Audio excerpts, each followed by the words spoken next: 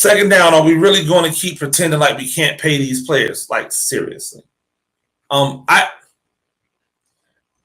Every time I hear people act as if we can't pay players, I just get pay college players, especially college football players. I just get upset. Let's just think about all of the money that's been spent just to fire coaches. Then to hire the new coach, you got to pay the new coach more than you paid the fired coach, because you got to now give that new coach some hope for stability. But we can't pay these players. We don't have any money to pay these players. These $50,000 scholarships, because all of the education prices are inflated now. Oh, well, yeah, this is an expensive education because your public school that used to cost, $10,000 to go to, in the span of 15, 20 years went from 15,000 to 30,000 because of your football team exploding the enrollment of the school, because people want to go to schools where there's a football, because football is the front porch of the program of the entire school. Ask University of South Florida, whose applications doubled once they got football. It's all over the place. But we're saying we can't pay these players anything. We can't give them anything. I think that's ridiculous. I think that is off the mark, and I don't understand why we can't just call the hypocrisy what it is. Let's just say this. So Nick Saban, who's already one of the highest paid, if not the highest paid coaches in football, not just in college, but in football. Nick Saban earned $950,000 in bonuses, in on-field bonuses, before the national championship game. So that means that when they won the national championship game, that locked in a $200,000 bonus that Nick Saban got.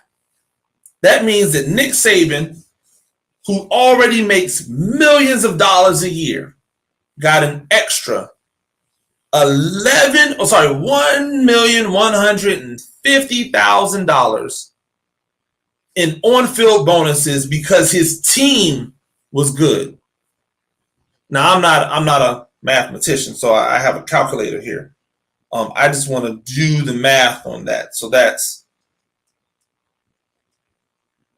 $1,120,000. Let's divide that by 80 players. Let's divide it by 80 players. You know what? 115 0,000, lots of zeros, $1 million, divided by 100. Let's divide it by 100 players. That's $11,500 that you could have just handed to each player on the team after the national championship game. Hey, congratulations. A fantastic job this year. Here's your bonus. Now, I just talked about Nick Saban's bonus. I didn't say anything about the bonuses that the assistant coaches get, who are also all making really good money, and who are most likely going to get a head coaching job simply for being on the staff with Nick Saban. We've already seen two this year. The new head coach at Marshall, he's a brother, by the way. He was off for the Alabama coaching staff. We know about Sarkisian in Texas. They gave that guy another Power 5 job after he ran 2 programs down. Okay.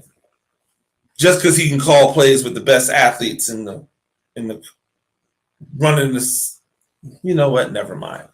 All I know is that we can pay these players. And don't give me the whole thing about, oh, well, we can't pay them because then it'll make everything unequal. There won't be any equity. There won't be any equity in college.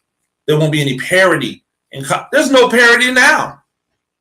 I can tell you who's going to most likely be in the championship game next year.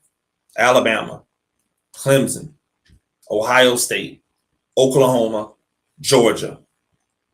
Maybe a surprise team.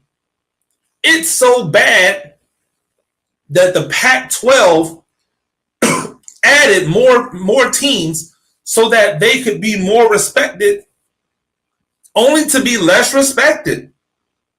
Unless a Pac-12 team, excuse me, unless a Pac-12 team goes undefeated, there's no way they're going to the college football playoff, because a one-loss Pac-12 team will never trump a one-loss SEC team, and a one-loss Pac-12 team will most likely not trump a one-loss Big Ten team.